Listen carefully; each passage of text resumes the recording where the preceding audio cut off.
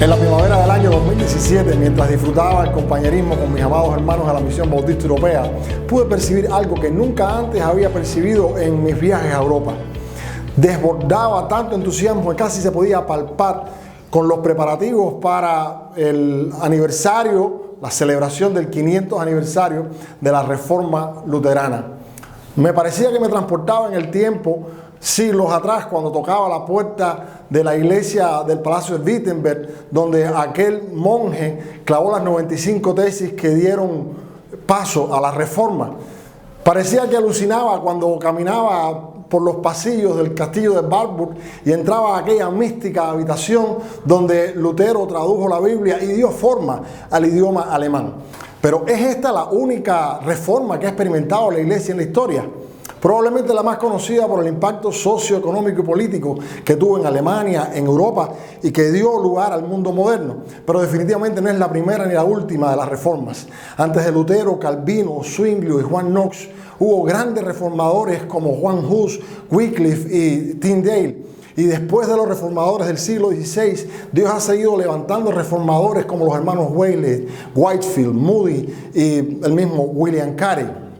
Pero ¿por qué tantas reformas en la iglesia? Es necesario entender que la iglesia es una comunidad en transformación, que debido a que ha sido instituida por Dios y es trascendente hasta la eternidad, es una institución perfecta. Pero debido a que está conformada por seres humanos y trabaja en esta tierra, entonces es perfectible. Luego, las reformas han venido a ser como uno de los instrumentos más eficaces que ayudan en esta transformación progresiva para llevar a la iglesia a ser la comunidad del reino para la cual fue diseñada. La gran pregunta que nos queremos hacer hoy es: ¿cuándo una iglesia puede estar consciente de que necesita una reforma? Para ello vamos a concentrarnos en Mateo capítulo 21. En este capítulo Mateo descorre el telón del último acto de este drama del Evangelio. Presenta al rey entrando en Jerusalén y presenta al profeta de Nazaret con un corazón apasionado, diciendo: el celo por la casa de Jehová me consume, dispuesto a reformar todo lo que había sido deformado. En este capítulo encontraremos tres indicadores, una especie de síntomas que podemos encontrar y nos ayuda a identificar cuando una iglesia necesita una reforma. Esa es la pregunta: ¿cuándo una iglesia necesita una reforma? Primero, cuando se hace mercado de la fe. Jesucristo entra, como en tiempos de Jeremías, en una ciudad donde el culto a Dios se había convertido en un mercado. Y no dude en ningún momento en tomar el látigo y deshacer todo este mercantilismo de la fe. En el siglo XVI, cuando Martín Lutero clava las 95 tesis, me parece estar viendo el látigo de Jesucristo fustigando a una iglesia que había llegado al colmo del descaro. Usaba las indulgencias para enriquecerse y para hacer mercado de la fe, aprovechándose de una fe ignorante y del corazón desesperado de personas que temían por el destino eterno de las almas de sus seres queridos que iban muriendo y muriendo y muriendo a través de una pandemia que parecía que no tenía fin.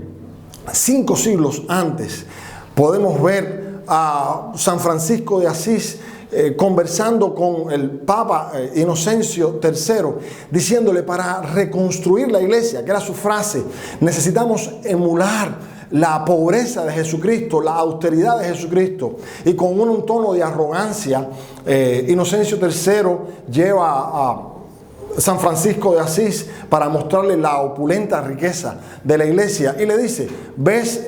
Ya no tenemos que decir como Pedro y Juan: no tengo plata ni oro. A lo que el monje responde: es cierto, pero tampoco podemos decir en el nombre de Jesús de Nazaret: levántate y anda. 10 siglos antes de esto, cuando todavía resonaba el eco de los látigos, los latigazos del profeta de Nazaret en las ruinas del templo, Juan escribe una carta de parte de Jesucristo a la tibia iglesia de la Odisea. Y quiero leerles parte de esta carta.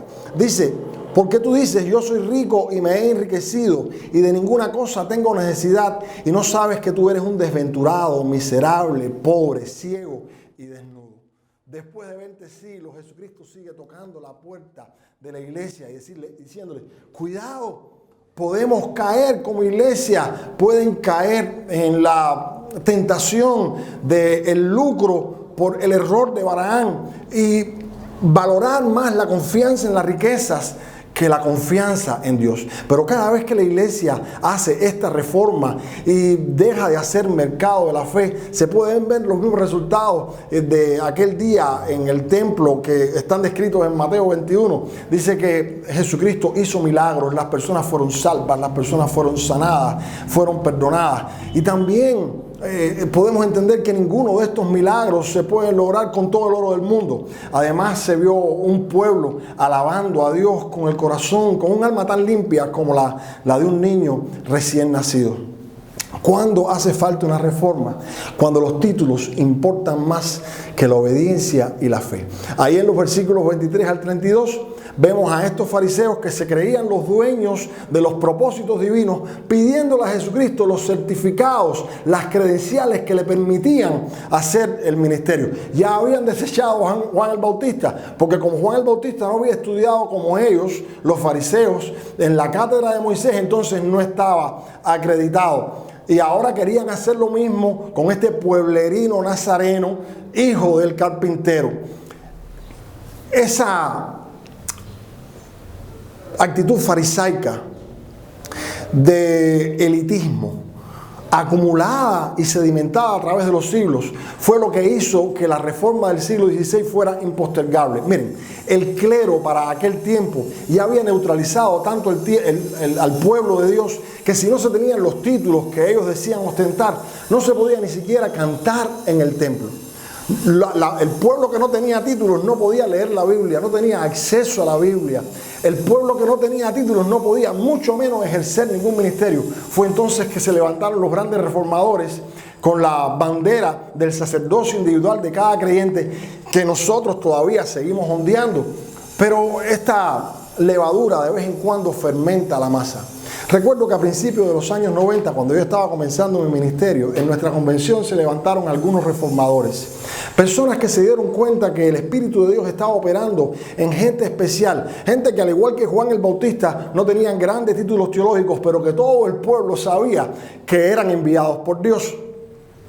Producto de la audacia de estos reformadores, y recuerdo algunos nombres como el del pastor Leoncio Veguía, Onilo Domínguez o Alberto González, es que nosotros podemos tener líderes de la talla de José Enrique Pérez o pastores como Gregorio Janes o como Juan Hernández. Fue por la audacia de ellos de no poner los títulos con mayor importancia que podemos tener todas estas iglesias que tenemos ahora, multiplicadas 6 veces de lo que teníamos en aquel tiempo, ministerios, líderes, nuevos pastores.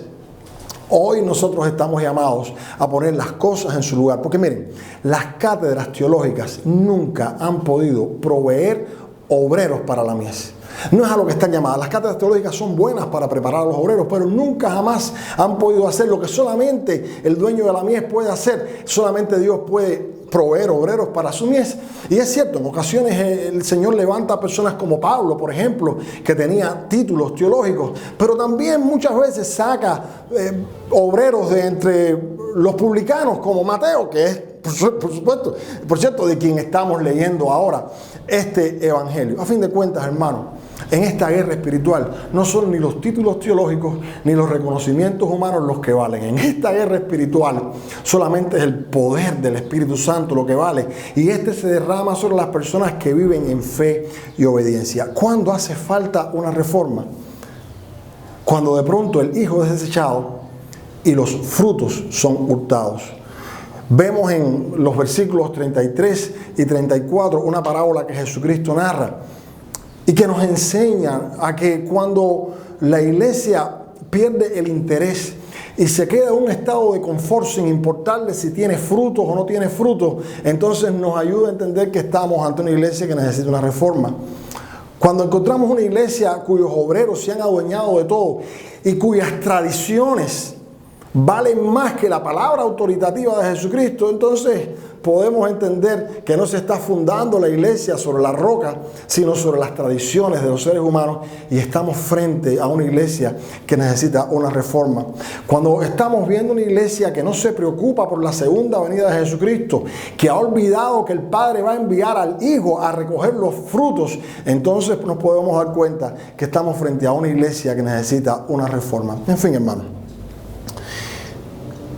Jesucristo se aproxima a nuestras iglesias a buscar frutos. Que no suceda con nuestra iglesia lo mismo que con esta historia de Jesucristo entrando a Jerusalén, que aparece en el versículo 21, que fue a buscar frutos en aquel árbol y que lo que encontró fueron hojas solamente. Nos toca a nosotros reflexionar sobre la vida de nuestra iglesia, sobre la vida de la iglesia de nuestra ciudad, de nuestra comunidad, de nuestra nación, de nuestro mundo. Gozarnos con las cosas que estamos haciendo bien, pero siendo audaces para reformar todo aquello que es necesario reformar. Necesitamos extender el reino, y para eso es inevitable que cuando hagan falta las reformas, las llevemos adelante. Dios te bendiga.